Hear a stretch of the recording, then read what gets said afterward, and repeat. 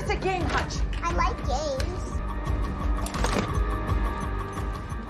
Don't call 911.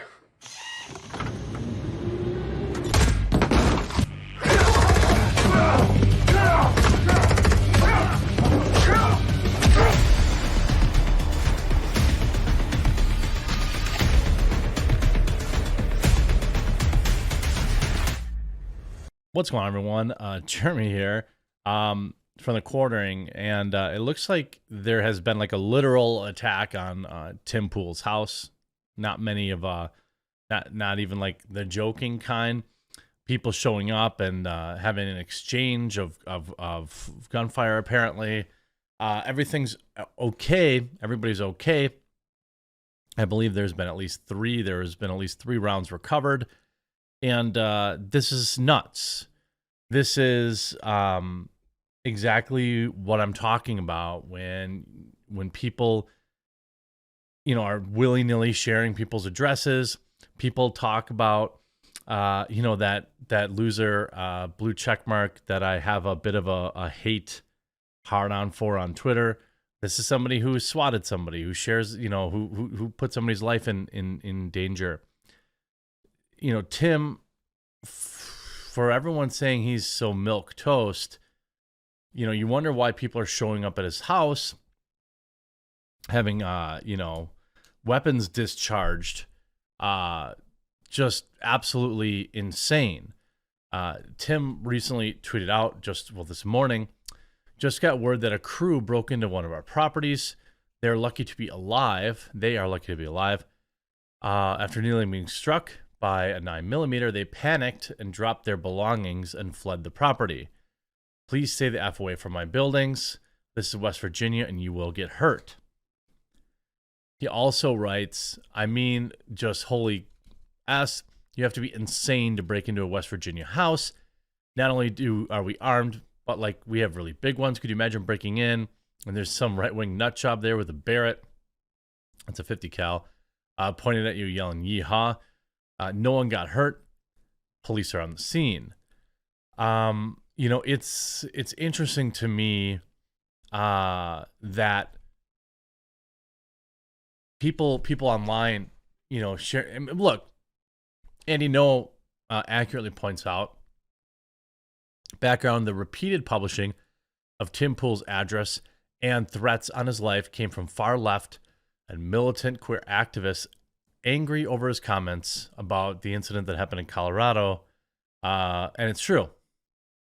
Now, the people that did this, if they drop their belongings, then they will probably be identified. Could it have just been some crackheads or whatever? I don't know.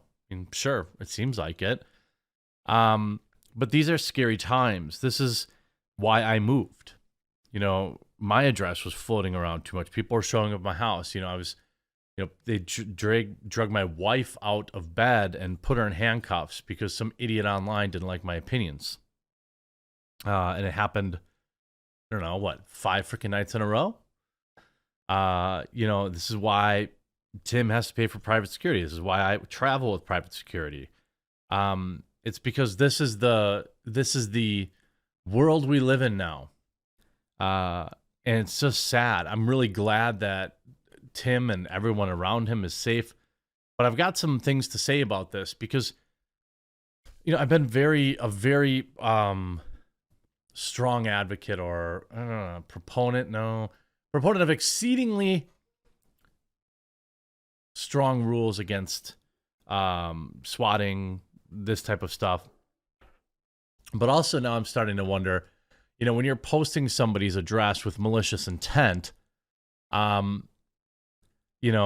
it seems like that a lot of that goes on one side of the aisle that does not happen on the other side of the aisle. And it's not okay. It's like we got to this position now as a society. Look, back, I don't know how many years ago it was now, 5 years ago, some lunatic attacked me in the street while my back was turned because they're super heroic in the middle of the night because apparently they didn't like my YouTube videos.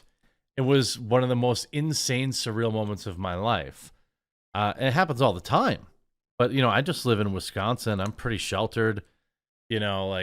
I don't really run into these weirdos very often. It's why I probably will never leave Wisconsin. Of course, you know, it would be a very bad idea to show up at my house too, but it's the people don't care. They sit online and they get all worked up all day. And what these people are useful idiots, right? The bigger picture is that there are people that want you to do their bidding. You know, all the people that were in the streets during the summer of love that are now have their lives ruined because they have federal, you know, crimes against themselves, or the politicians that were out there saying, get out in the street and fight back. That lunatic Maxine Waters or AOC, did they bail you out? No. Are they scrubbing that criminal record from yours? No. A lot of the fallout that people don't notice is that there's still people going to prison for this stuff that happened back then because they effed around and found out, you know? People's lives are completely ruined because they got too caught up in this fake internet world. You got this guy, right? Cenk Uygur, right?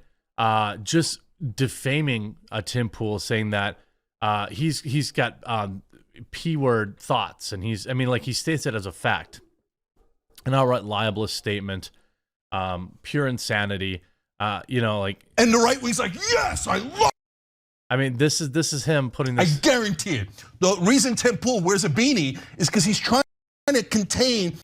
And he says, like, you know, CP. That's why he's always talking about it. And like, this guy sits behind a desk and he's sweaty and he's all greasy and things of that, and he gets his, you know, lunatic followers all worked up.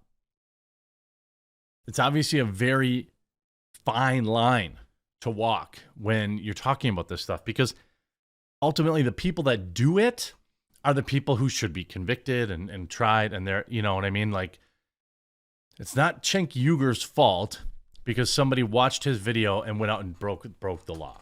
It's not Maxine Waters' fault, because ultimately people have personal responsibility. But when you have, you know, they're exchanging, you know, like they're firing 9mm at each other. This is just, there's a 9mm lodged in my kitchen now. I can't say I'm surprised this happened after the wave of doxing and threats made against us. And a lot of people's easy answer here is like, oh, why don't you just carry? Why doesn't just, you know, just carry, blah, blah, blah, blah, blah, blah, blah. I don't know if I can accurately describe what it's like to, you know, I mean, obviously there's a lot of military service men and women, law enforcement men and women, or people that have been through that scenario that watch my videos. And I think they would probably, you know, echo this. It's not that easy to take someone's life. It's why people choke all the time when they're in that position. And, you know, I prefer weirdos don't show up at YouTubers' houses and have to have their life taken, or be in a situation now where Tim has to carry that with him. There's a secondary price to this, right? Even if it's deemed totally clean and you're completely absolved from any guilt or, responsibility, or you still have civil lawsuits. Look at Kyle. Kyle's currently dealing with a civil lawsuit. Everyone's abandoned him, by the way. He's got this civil lawsuit going on. It's costing him tons of money. No one even knows or cares about it. It's not in the news.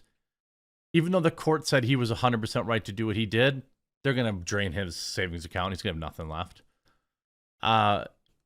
So even if you protect yourself lawfully in your own home, there's a massive there's a whole industry where there's like, they sell insurance for this kind of thing. And then there's the mental toll that people have to carry with them for the rest of their life if they have to take someone else's life for this. Things have never been more divisive, and I can't say that I don't contribute to that, because I do. But what I try to do is remind people that you get one go around, okay? You get one chance at living, unless you believe in some whatever. Some religions believe there's more than one chance or whatever. But like, every day I see people who are clearly manipulated, right, by the content that they consume, and they go out and do something insane. Showing up at Tim Pool's house, exchanging, weapon fire between. It's just over what? You didn't like his YouTube opinions? Now, maybe, like I said, maybe there were just some crackheads trying to rob him. I don't know. I've been to Tim's house. It ain't exactly in the inner city. And if you get there, you had to drive to get there. It's not exactly easy to find, right? But, these people who don't like a tweet that he tweets out, they're showing, this is the kind of stuff that they want, right? They think it's funny. And it's not. And I'm glad that everyone is okay there. And this is where it's going to escalate to. Someone's going to lose their life, and it's not funny, and it's not, it's easy to say F around and find out, but somebody's going to lose their life over this stuff. It's sick. People need to just dial it back. And I think that's all I have to say about it. No Christmas opening at the end of this one. It wouldn't feel right. I'm glad Tim is safe. I'm glad his crew is safe. And that's where I'll leave it.